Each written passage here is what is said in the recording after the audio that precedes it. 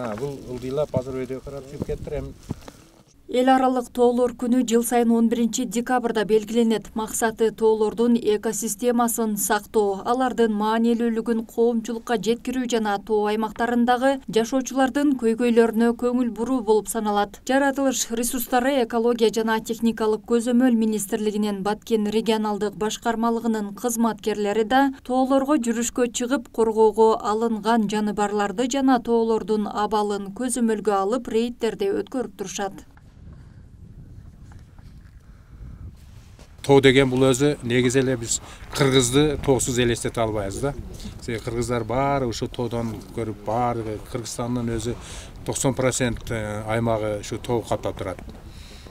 Тоо бул эми негизинен баягы биздин мына адамдын өмүрүнө эң керектүү болгон мына суунун башташы, булактар дагы баары ушул тоолордон башталат да. Ошондой эле ошол мына президентибиздин былтыркы жылы мына тоолор экосистемасын өнүктүрүү деген өзүнүн программасында айткан. Ошондо биз мына тоолорго келип, баардык мына жан жаныбарларды коруп, ал жердеги дарактарды көбөйүшүнө көбөйүш боюнча да иштер жүргүзүлүп келет. Тоолордо мына арчалар отургузулуп атат. Булардын отургузулган себеби эле мына акыркы жылдарда мына климаттын өзгөрүшү менен тоолордогу мөңгүлөрдүн эриши тезеп, суулардын азайышы болуп жатат. Ошого бул иш-чаралар жүргүзүп, ушуларды кайрадан бир калыбына келтирүү маселелери жүрүп жатат да. Кыргызстандын аймагынын 90%-ын тоолор ээлейт. Өлкөнүн бүт аймагы деңиз деңгээлинен 500 метрден жогору бийиктикте жайгашкан. Соңку убакта климат өзгөрүп жатканына байланыштуу тоолуу райондорду көп табигый кырсыктар тооруп турганы коомчулукка маалым. Анткени климаттын өзгөрүшү биринчи кезекте тоолордо катуу сезилет. Ал эми тоолордун адамзат үчүн мааниси таза суунун булагы болгон мөңгүлөр эле эмес, жашыл бактарды сактап калуу, көбөйтүү аракети, ошондой эле тоо жаныбарларын сактап калуу, аларды коргоо да өзгөчө мааниге ээ.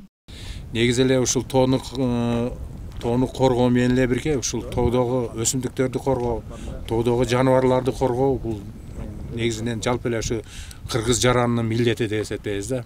Биздин бөлүм эми негизинен ушул Баткен облусунун аймагындагы ошол жапайы жаныбарларды, аларды манайки жакында эле кышкы санактарын жүргүзүп бүттүк. Ошо тоолордо канча жаныбар бар, кийик канча, илбирс бар, аюу, канаттуулар канча, коёндор, ошолордун баарынын эсебин алып, санагын алып туруп, ошолор боюнча учетторду жүргүзүп бүттүк, санактарды. Мындан дагы эми ошол баягы мыйзамсыз аңчылык кылгандар боюнча кечээ келген министрликтин буйругу негизинде бүгүндөн баштап азыр мына рейдтерге чыгып атабыз. Мыйзамсыз аңчылык кылгандарды ордунан протокол толтурулуп, аларга чара көрүлөт да. Бул ылдыйлап азыр өйдө карап чыгып кеттир эми.